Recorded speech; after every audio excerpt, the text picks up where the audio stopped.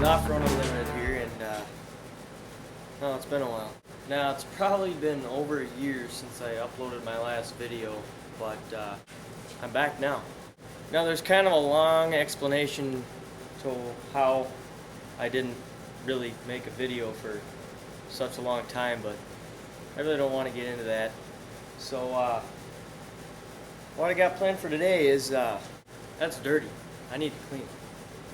So, basically I'm going to spend the next, I don't know, 2-3 hours trying to clean up this garage.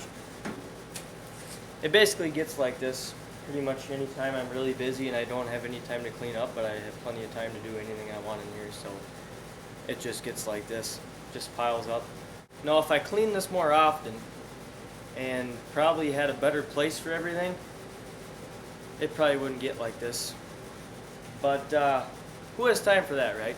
Who has time for cleaning the garage when you can spend 20 minutes on a bolt because you don't have the right size socket? Alright, so to start off, I'm going to try and start in this area over here. This kind of general area. And I got this strategy. I have 5 main containers here.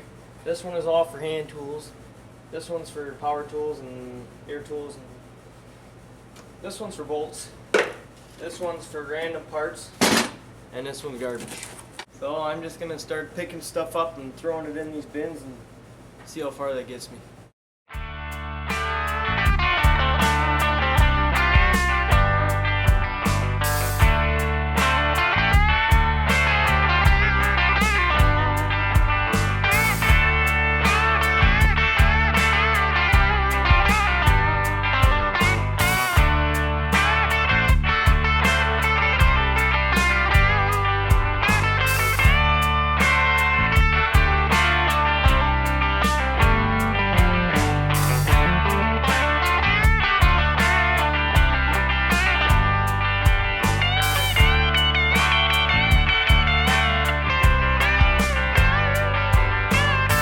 I got a brand new piece of sandpaper here, but sandpaper is supposed to go back there.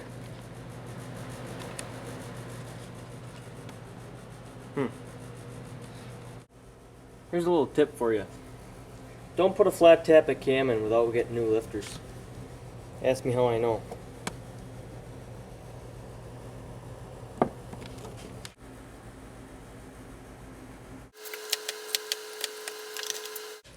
I think I'm just going to keep these in a nice box as a reminder of my mistakes.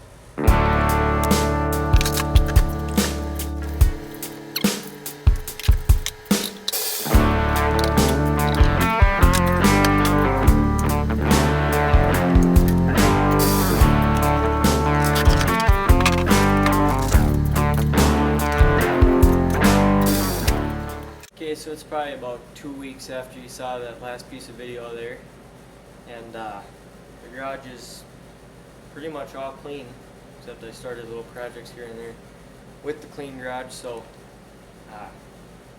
like this workbench here and the floor and parts washer and everything are dirty again, but it's way cleaner than it was, so it's pretty nice.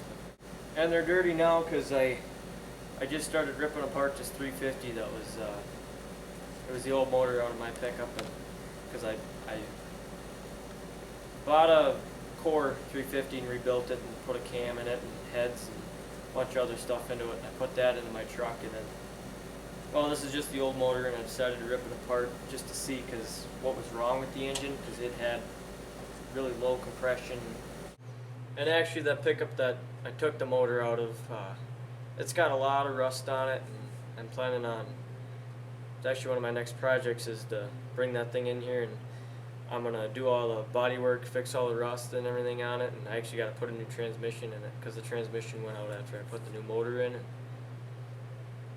while I'm doing that, I'm going to do the body work, buy all the body panels. It's like the rocker panels and the cab corners are all just completely rusted out. I'm going to fix all that. I'm going to paint the whole thing red. It's a blue truck, but I'm going to paint it red.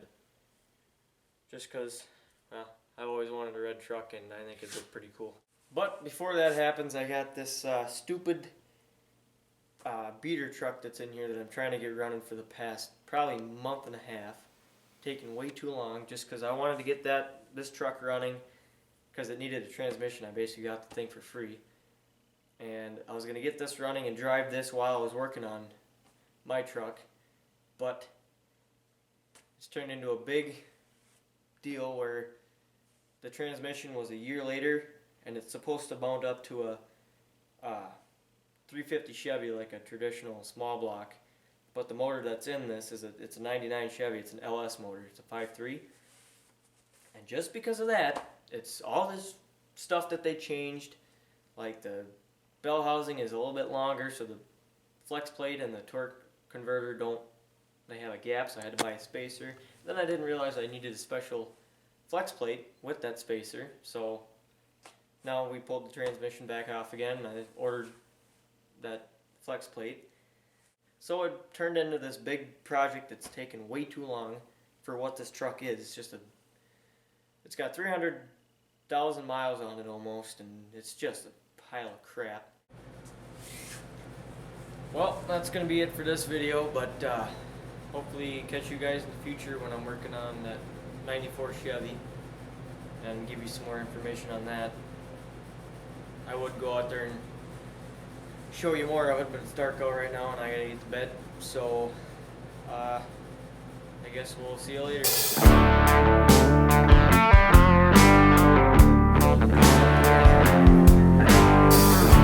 Really? You had to walk in just now. Sorry. Oh. Good night.